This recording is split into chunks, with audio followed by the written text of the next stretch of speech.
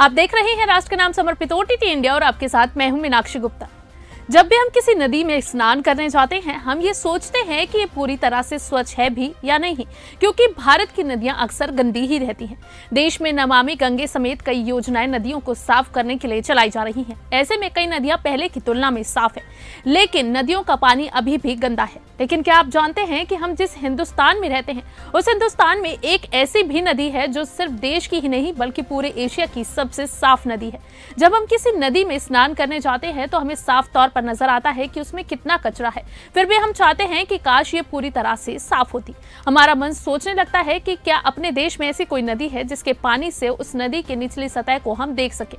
ज्यादातर लोगों को नहीं पता होगा कि भारत में भी एक ऐसी नदी है जिसे देखकर ऐसा लगता है कि उसके ऊपर नाव मानो हवा में तैर रही हो।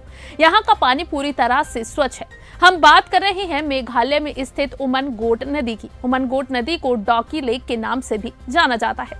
आपको बता दें कि उमनगोट नदी न केवल भारत की बल्कि पूरे एशिया की सबसे स्वच्छ नदी मानी जाती है। नदी को देखकर लगता है कि मानो किसी नदी की तलहटी कांच की तरह पारदर्शी हो। जैसा कि आप तस्वीरों में देख सकते हैं, नदी कितनी साफ है। नदी के अंदर जितने भी पत्थर हैं उनको आप आसानी से देख सकते हैं, और न केवल पत्थर बल्कि बाकी चीजें भी साफ तौर पर देखी जा सकती हैं।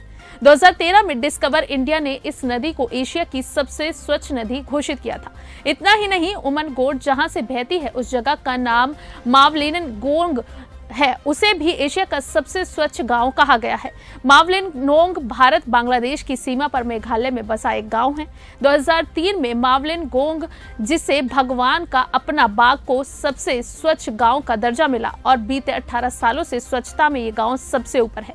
यहाँ तक कि इस जगह की साक्षरता दर भी 100% है।